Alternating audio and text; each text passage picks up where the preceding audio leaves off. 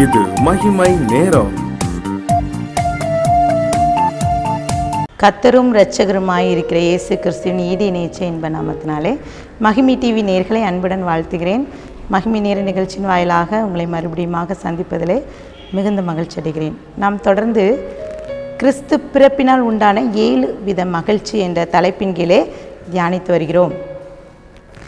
மத்தேயு 1 அதிகாரம் 21 அவள் ஒரு குமாரனை பெறுவாள், அவருக்கு இயேசு என்று பெயரிடுவாயாக, ஏனெனில் அவர் தமது ஜனங்களின் பாவங்களை நீக்கி அவர்களை இரட்சிப்பார்.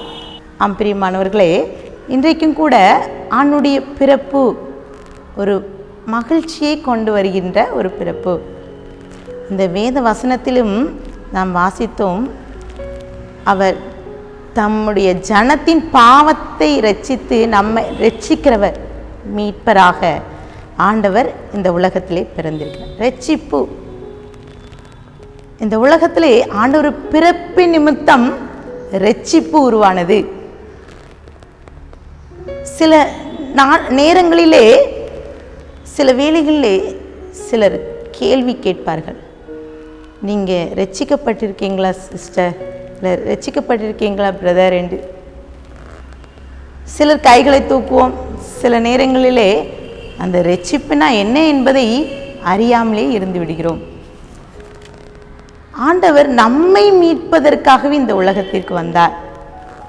இயேசு என்ற பெயருடைய அர்த்தமே மீட்பர். யோவான் 8 அதிகாரம் 36 சொல்கிறது, குமாரன் உங்களை விடுதலையாக்கினால் மெய்யாகவே விடுதலை ஆவீர்கள் என்று சொல்லி குறிப்பிடப்பட்டிருக்கிறது. அப்போ நம்ம வாழ்க்கையில விடுதலை வர வேண்டும் என்றால் ஆண்டவராக இயேசு கிறிஸ்துவால் மாத்திரமே முடியும். இப்போது இந்த உலகத்திலே எப்படிப்பட்ட காரியம் நடக்கிறது?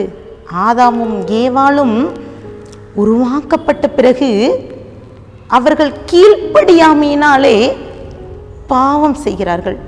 தேவனை விட்டு விலகி வேண்டாம், அவருடைய தேவ சாயலை உதறிவிட்டு ஆண்டவர் தந்த அவர் மேன்மையான ஒரு அழைப்பை விட்டு தனக்கான காரியத்துக்காக சென்று பாவத்துக்குள்ளாக வந்ததின் விளைவாக இந்த உலகம் பாவமாக, உலகத்தின் ஜனங்கள் அவன் செய்த மீறுதலின் நிமித்தம் பாவமானார்கள். இப்போது பாவம் நமக்குள்ளே இருக்கிறது. பாவம்னா என்ன? சிலருக்கு அந்த கேள்விக்கு விடையே இல்லை. தேவனை விட்டு விலகி செய்கின்ற எந்த செயலுமே பாவம்தான். கடவுளின் கட்டளையை மீறுவது பாவம். ஏஞ்சலிக்கா என்ற ஒரு தேவ மனிதனுடைய குறிப்பேடுகளிலே அவன் நரகம் பரலோகம் என்ற 2 இடத்திற்கு சென்று வந்து அவனுடைய சாட்சியை பகிர்ந்து கொண்டார். அதிலே போடப்பட்டிருக்கிறது, நாம் மன்னிக்கவில்லை என்றாலும் கூட அது பாவமா? நம் பாவத்திற்கு வரையறை வைத்திருக்கிறோம்ல அந்த உலகத்துல. பீடி சிகரெட் குடிக்கிறது பாவம், மதுபானம் அருந்துவது பாவம், டிவி பார்ப்பது பாவம், சீரியல் பார்ப்பது பாவம்.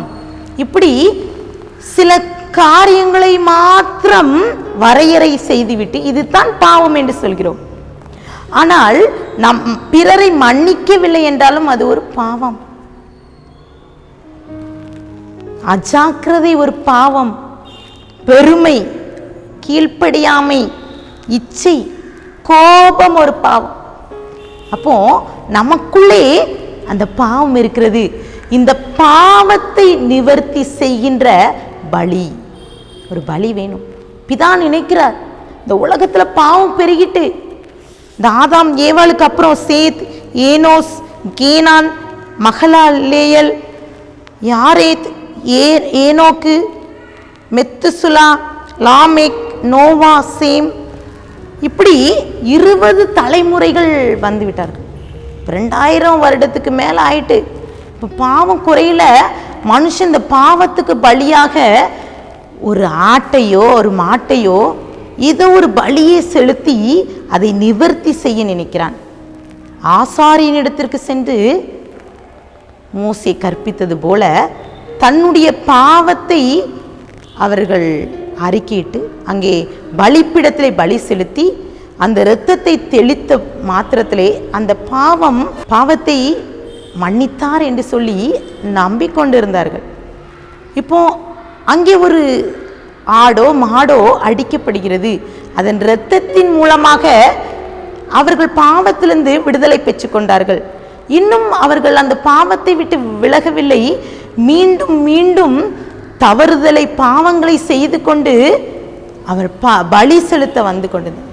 வருடத்திற்கு ஒரு முறை பிரதான ஆசாரியன் வந்து பலிப்பிடம் அங்கே ஜனங்களுக்காக பலி செலுத்துகிறார். இப்படி பழைய ஏற்பாட்டு காலங்களிலே பாவத்துக்கு நிவாரணம் அந்த பலி செலுத்தப்பட்டு கொண்டு வந்திருந்தது. ஆனால் ஆண்டவருடைய பிறப்பின் நிமித்தம் இங்கே இரட்சிப்பு உருவாகிறது, பாவத்திற்கு ஒரு விடுதலை உருவாகிறது. யோவான் 1:29 இதோ உலகத்தின் பாவத்தை சுமந்து தீர்க்கிற தேவ ஆட்டுக்குட்டி என்று சொல்லி குறிப்பிடப்பட்டிருக்கிறது. அப்போ தேவ ஆட்டுக்குட்டியாக தேவன் ஒரே தரம் பலியாக நம்மை மீட்டு கொண்டார்.